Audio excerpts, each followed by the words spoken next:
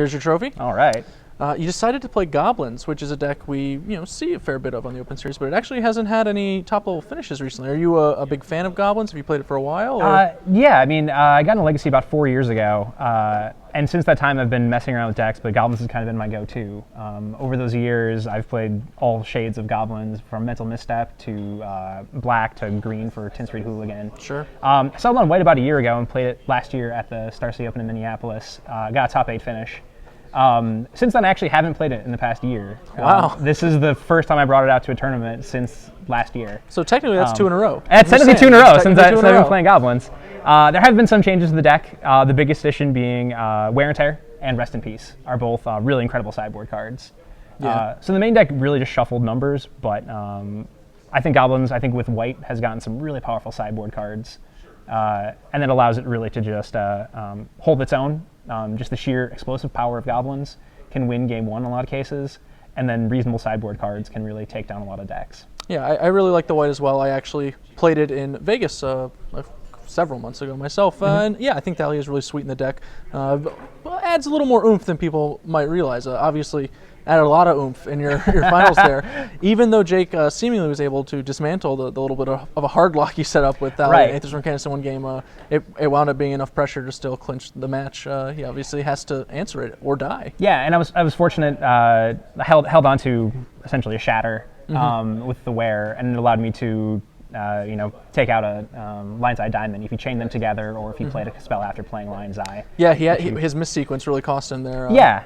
In a lot of cases, there's a lot of removal in Goblins, like a lot of main deck removal, which helped me a great deal in my first top 8 match against Merfolk. But then as we got having main deck removal, but as I played combo in the finals, I had so many dead cards. Obviously. So a Shatter was better than a Gem Palm Incinerator. So bringing that in, even though it wasn't necessarily a great sideboard card, it was better than what is functionally a dead Goblin draw. Taking down the sideboard games is obviously your target in that matchup, as it is a big, tough game 1 matchup. Unless you land that Thalia, you're going to be icy cold a lot of the time. Moving over to the rest of your top 8 match, you actually played a really interactive match against Jund. How do you feel that matchup actually is? Because it looked pretty back and forth, really leaning on Ringleader to take it home. Yeah, the match, game 1 took us about 40 minutes. In any timed match, I think that would have caused the match to go to time.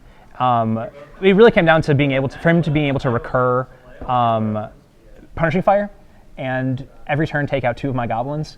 But I was fortunate with my Ringleaders. I think I played all 4 and drew a total of 10 cards. And then being able to play War Chiefs and Chieftains, I was able to play more than 2 Goblins a turn, and so he had to spend all his turns burning those out. Game 1 was really tough because other than being able to wasteland his Groves, there's no real way to deal with Punishing Fire. I had absolutely no expectations of winning game 1, but then going into game 2 was kind of my plan, because Rest in Peace deals with, blanks. Oh, sure. Deathred Shaman, Tarmogoyf, and Punishing Fire. 12 cards in his build, because he also had Life from the Loam. Right, yeah. And so just one Rest in Peace blanks huge chunks of his deck. And even if he can remove it, he's still behind getting his Tarmogoyf, getting his Deathrite back up. So that was really my goal. Game 1 was just super unexpected. It just was a real slog. Tarfire was also a recent addition to Goblins, and I burned out a lot of Deathrite Shamans. A lot of Deathrite Shamans, lots of Dark Confidants. Yep. Big fan of Tarfire. I think it was one of the cards that the deck was really missing. I've seen Tarfire in list, and I know Cedric has played as many as 3 in his list, which is a lot of shocks for Legacy. Yeah, shock is totally reasonable. One of the big things about Goblins last year when I played it was pre-Deathrite. On the play, Goblin Lackey would trade or beat every single 1-drop in the format, except for Metal Sentinel. Sure. But with the rise of Deathrite, now all of a sudden, even a turn 1 Lackey can be trumped by a 1-drop that's played in so much of the field. That was really the impetus for running the additional Tarfires. And also, I've Sting Scourged a lot of turn 1 Deathrites. Yeah, you got to get in. Right, pushing through that first Lackey and building up tempo is absolutely worth it. So that was kind of one of the big problems, but Tarfire is wonderful. Tarfire really held its own today. All right. Well, Kenny, congratulations once more on your trophy. Thanks again. I guess we'll see you next year. Yeah. As you try to run Absolutely. it back. I'm going to go ahead and throw it back to the booth. Patrick and Shaheen will close things out.